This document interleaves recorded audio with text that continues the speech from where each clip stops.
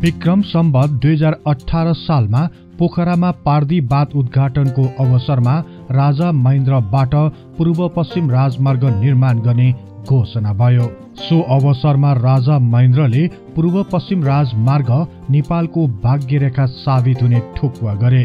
राजमार्ग निर्माणको घोषणा गरेको 4 महिनापछि अर्थात् विक्रम सम्वत 2019 साल वैशाख 1 गते नवलपरासीको गैडाकोटमा आफ्नै हातले कोदालो र गैँटी चलाई राजा महेन्द्रले पूर्व पश्चिम राजमार्गको शिलान्यास गरे। सो शिलान्यास कार्यक्रममा राजा महेन्द्रले भने, यस सडकले राष्ट्रिय एकताको भावनाबाट मुलुकको प्रत्येक भागलाई मजबुत गरी जोड्नेछ। यो मार्ग आजको नेपालीको लागि मात्र होइन, भावी नेपाली सन्ततिका लागि पनि लाभदायी सिद्ध हुनेछ। यसरी राजा महेन्द्रबाट शिलान्यास भएको पूर्व पश्चिम राजमार्ग कसरी सम्पन्न हुन गयो, निर्माणको क्रममा के कस्ता जटिलताहरूको सामना गर्नु पर्यो, यसबारे आजको कार्यक्रममा चर्चा गर्नेछौँ। विश्वास छ सदा चाहिँ यो कार्यक्रमलाई पनि उत्तिकै मन पराइदिनुहुनेछ।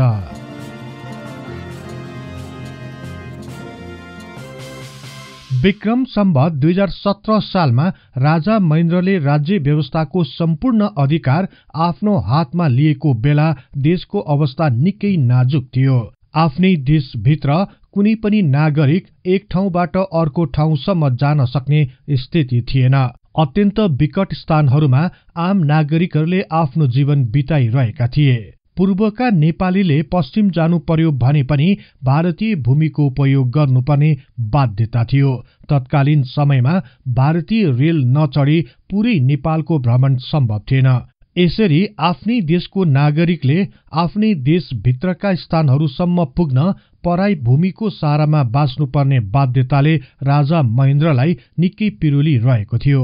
यही कारण देश विकासका निम्ति भौतिक पूर्वाधार र त्यसमा पनि यातायातको महत्वपूर्ण भूमिका रहने उल्लेख गर्दै राजा महेन्द्रबाट मेची महाकाली जोड्ने राजमार्ग निर्माणको योजना बनाइयो।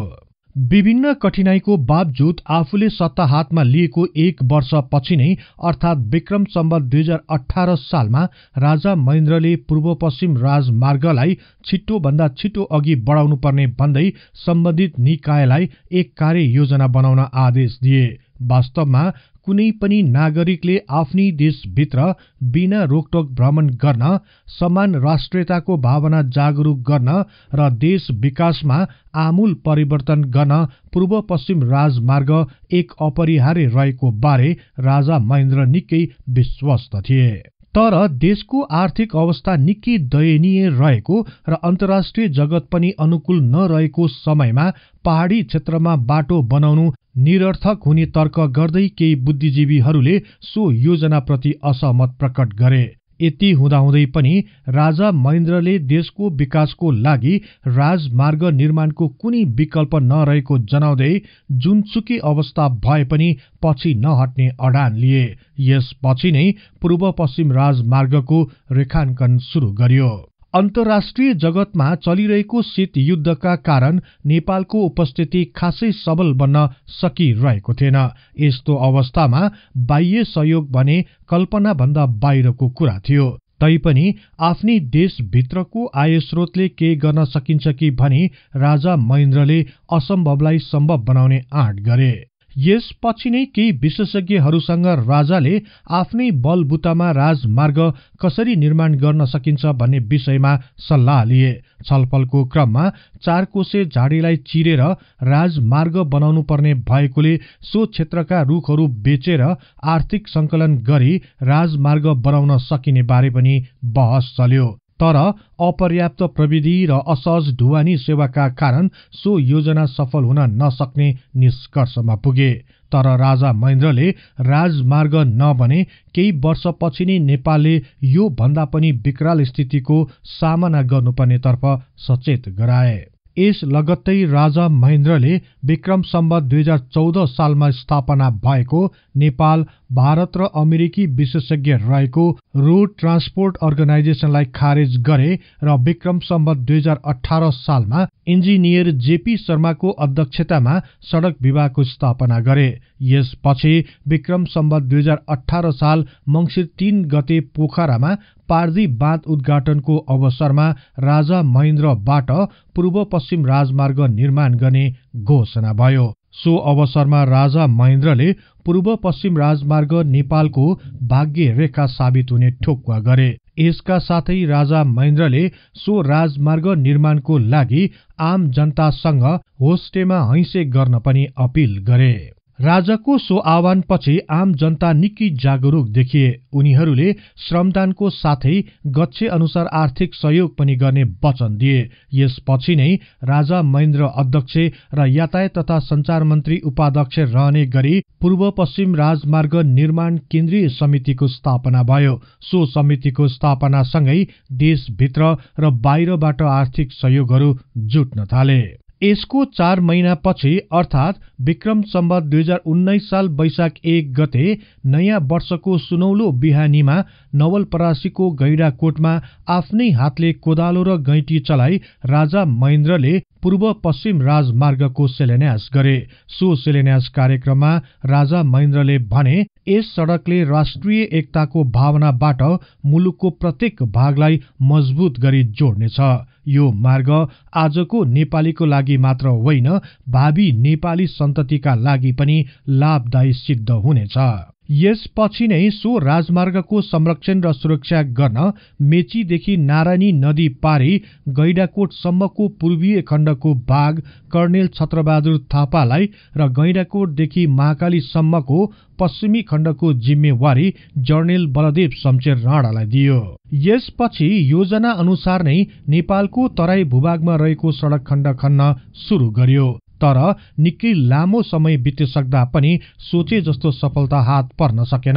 आर्थिक र दक्ष जनशक्तिको अभावले स्तरीय सड़क केवल कोरा कागजमा मात्र सीमित देखिए। यसका साथै बाटो बनाउँदा नदी नालाले झन समस्यालाई विकराल बनाउँदै लग्यो। पर्याप्त दक्ष जनशक्ति र प्रविधिको अभाव नराम्ररी खड्किन गयो। यसरी राजमार्गको अभियान सुरु गर्दा गर्दै बीचैमा छोड्नुपर्ने स्थिति देखा परेपछि राजा महेन्द्रले केही विशेषज्ञहरूसँग कुरा गर्दै दाता राष्ट्रहरू समक्ष राजमार्ग निर्माण सम्बन्धी प्रस्ताव राख्नुपर्ने विचार व्यक्त गरे। यसपछि नै नेपाल राजमार्ग निर्माणको विषयलाई लिएर विभिन्न दाता राष्ट्रहरूसँग छलफल अघि बढाउने निष्कर्षमा पुग्यो। सुरुमा नेपालले भारत समक्ष आर्थिक तथा प्राविधिक सहयोगको प्रस्ताव राख्यो, तर भारतले यसबारे खासै चासो देखाएन। भारतले व्यवस्था गरेपछि नेपालले सोही प्रस्तावको बारेमा सोभियत संघसँग कुरा गर्यो। सोभियत संघले सो प्रस्तावलाई सहर्ष स्वीकार गर्दै पथलैयादेखि ढल्केवरसम्मको सड़क खण्ड निर्माण गर्ने प्रतिबद्धता जाहेर गर्यो। तर सोभियत संघले सो सड़कको निर्माण 40 लाख रुबल भित्रै हुनुपर्ने र त्यो भन्दा बढी भएको खर्च नेपालले बेहोर्नुपर्ने भनी प्रस्ताव राखे। यसलाई सामान्य मान्दै नेपालले स्वीकृति जनायो। यसपछि 109 किलोमिटर लामो पथलैया ढल्केवर सड़क खण्ड सोभियत संघले निर्माण गर्ने अन्तिम टुङ्गो लाग्यो। यसपछि चीन र अमेरिकी सरकार पनि नेपाललाई सहयोग गर्न तयार भए। तत्कालीन सोभियत संघले पथलैया ढल्केवर सड़क खण्ड बनाउन तयार भएपछि अमेरिकाले पथलैयादेखि हेटौडा हुँदै नारायणघाट सड़क खण्ड बनाइदिने प्रस्ताव राख्यो।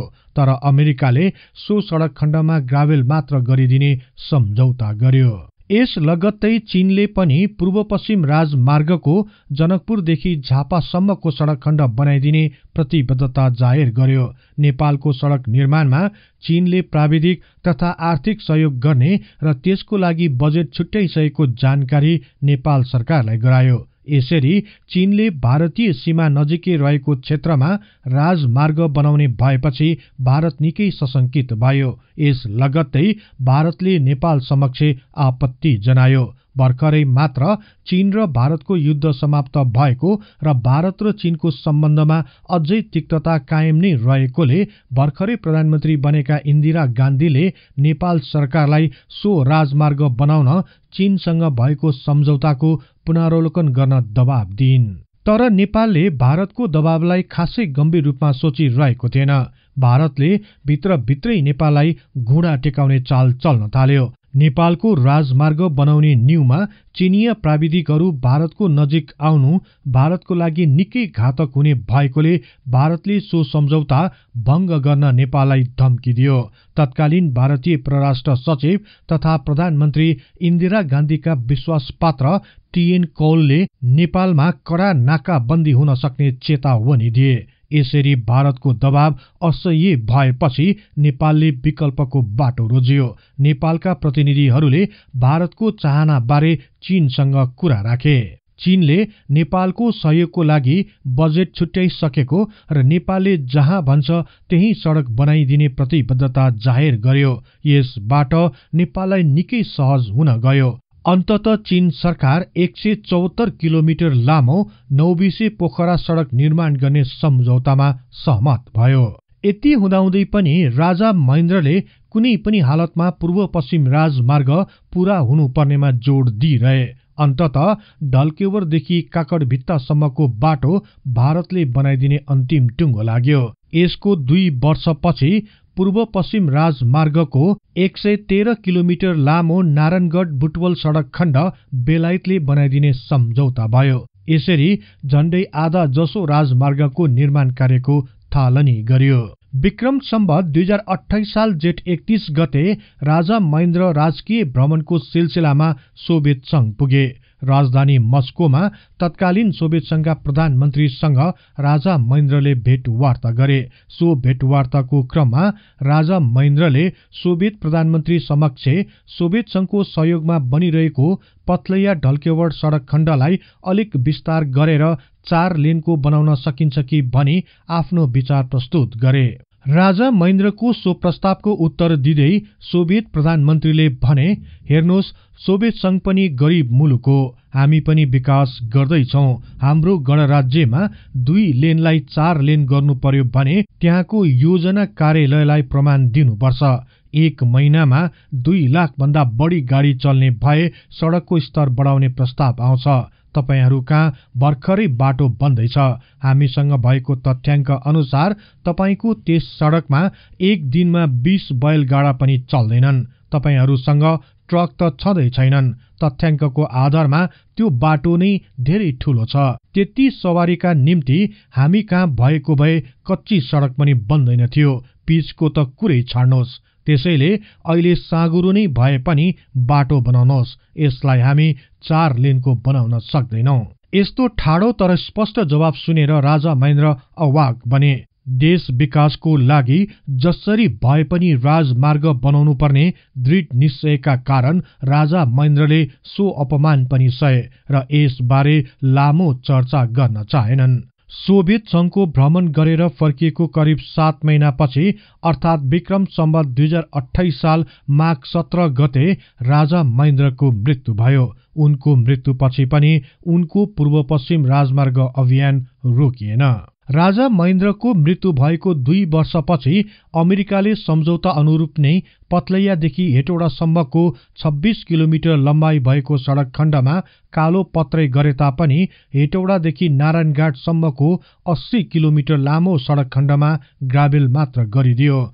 यसपछि नेपालले एसियाली विकास बैंकबाट ऋण लिई सो ग्राभेल सडकमा पिच गर्यो। त्यस्तै बुटवलदेखि नेपालको पश्चिमी सिमाना बनबासासम्मको सडक खण्ड पनि भारतले निर्माण गरिदिने तय भयो। यसरी राजा महेन्द्रले रणनीतिक रूपमा आफ्नो योजनालाई पूरा गर्न कूटनीतिक चातुर्यताको प्रयोग गरेर वैदेशिक सहयोग हासिल गर्न उनी सफल भए। उनैले तयार पारेको आधारशिलामा रहेर 1027.67 किलोमिटर पूर्व पश्चिम राजमार्गले साकार रूप लिन गयो। त्यसैले धेरैजसो स्वतन्त्र बुद्धिजीवीहरूले राजा महेन्द्रको विचारसँग सहमत वा असहमत हुन सकिन्छ, तर राष्ट्रियता र देश विकासको नियतमा भने शंका गर्नुपर्ने कुनै ठाउँ नै छैन भनी उल्लेख गरेका छन्।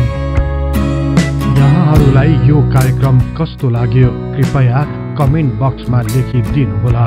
यस्तै तथ्य इतिहासको लागि हिस्ट्री इन नेपाली च्यानललाई सदैव सम्झनुहोस्। इतिहासको कुनै पनि कालखण्ड बारे तपाईले सुन्न र बुझ्न चाहना राख्नु भएको छ भने तल रहेको कमेन्ट बक्समा उल्लेख गर्नुहोस्। हामी सो बारे प्राथमिकताका साथ कार्यक्रम बनाउनेछौँ।